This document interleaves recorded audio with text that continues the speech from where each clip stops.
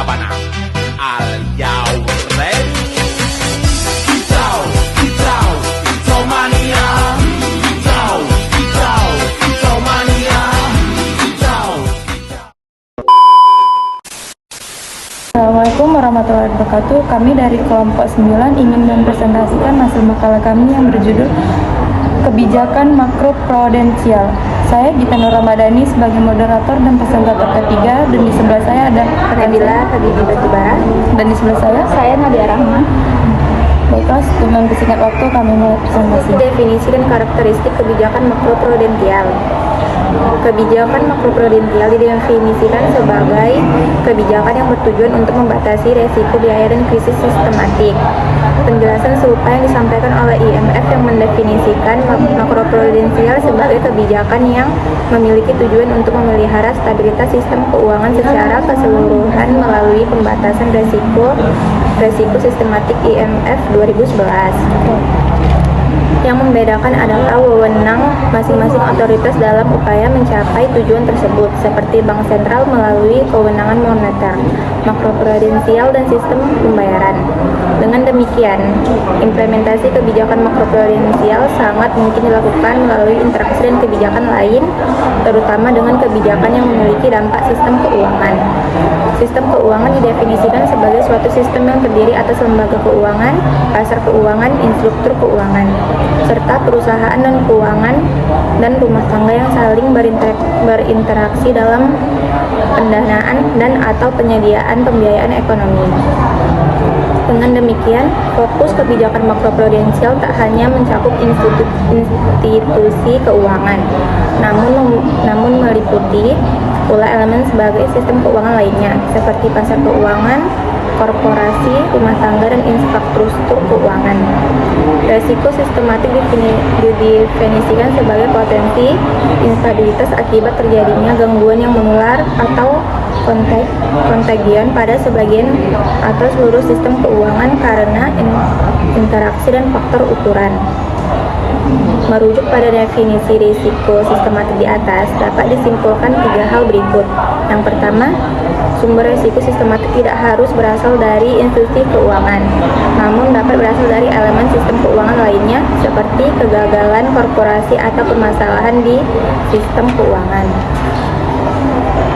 Yang kedua, keterkaitan interconnectedness di antara elemen sistem keuangan memunculkan potensi menurunnya atau melambatnya resiko dari suatu elemen sistem keuangan kepada seluruh elemen sistem keuangan. Yang ketiga, potensi dampak ditimbulkan oleh resiko sistematik sangat luas, tidak hanya terbatas pada sektor keuangan, namun dapat mengganggu perekonomian. Dengan demikian, tujuan makroprudensial untuk meminimalkan risiko sistematik sesungguhnya merupakan upaya menjaga stabilitas sistem keuangan yang mencakup seluruh elemen sistem keuangan dengan tetap memperhatikan kondisi makroekonomi. Namun belum ada teori ekonomi yang menjadi pedoman dalam pelaksanaan kebijakan makroprudensial. Berbeda dengan kebijakan moneter yang menargetkan tingkat inflasi dengan variasi instrumen kebijakan yang jelas, seperti suku bunga, nilai tukar, dan uang beredar. Target kebijakan makroprudensial untuk mencapai stabilitas sistem keuangan dengan minimalkan risiko sistemik dapat diukur hanya dengan menggunakan satu indikator.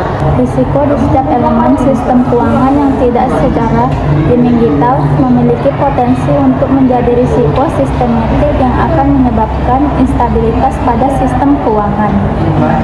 Hal ini karena dalam sistem keuangan antara institusi yang satu dengan lainnya saling terkait dalam berbagai transaksi keuangan yang ada.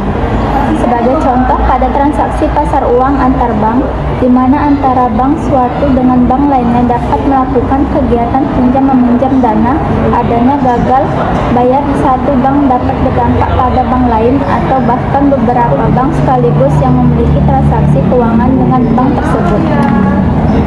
Kebijakan makroprudensial dan mikroprudensial.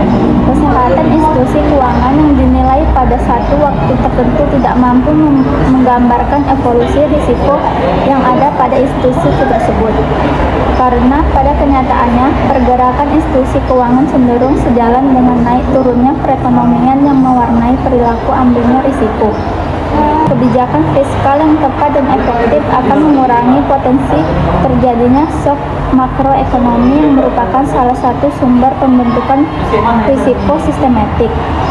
Keunikan dari kebijakan adalah kemampuannya adalah memberikan dampak kepada target agen keuangan tertentu. Kelebihan ini tidak dimiliki oleh kebijakan moneter, di mana pada saat ditetapkan akan berlaku rata bagi semua agen keuangan. Selanjutnya, di Indonesia sendiri berperan dari otoritas perekonomian dan sistem keuangan dalam menjaga stabilitas sistem keuangan menjadi bagian yang sangat penting dalam makroprudensial, menentukan penetapan landasan hukum berdasarkan kelembagaan institusi Undang-Undang Nomor 21 Tahun 2011 tentang OJK, khususnya penjelasan pasal 7. Undang-Undang Dasar OJK mendefinisikan lingkup pengaturan dan pengawasan makroprudensial sebagai pengaturan dan pengawasan selain aspek kelembagaan, kesehatan, aspek kehati-hatian, dan memeriksa bank yang merupakan lingkup pengaturan dan pengawasan makroprudensial yang menjadi tugas dan kewenangan OJK. Bagaimana strategi Bank Indonesia dalam melaksanakan kebijakan makroprudensial? Dalam melaksanakan kewenangan di dalam bidang makroprudensial, Bank Indonesia perlu memiliki kerangka kebijakan yang tepat, jelas, transparan, dan dapat mempertanggungjawabkan. Itulah tadi hasil presentasi dari kelompok 9, lebih dan kurang kami mohon maaf. Wassalamualaikum warahmatullahi wabarakatuh. Bye.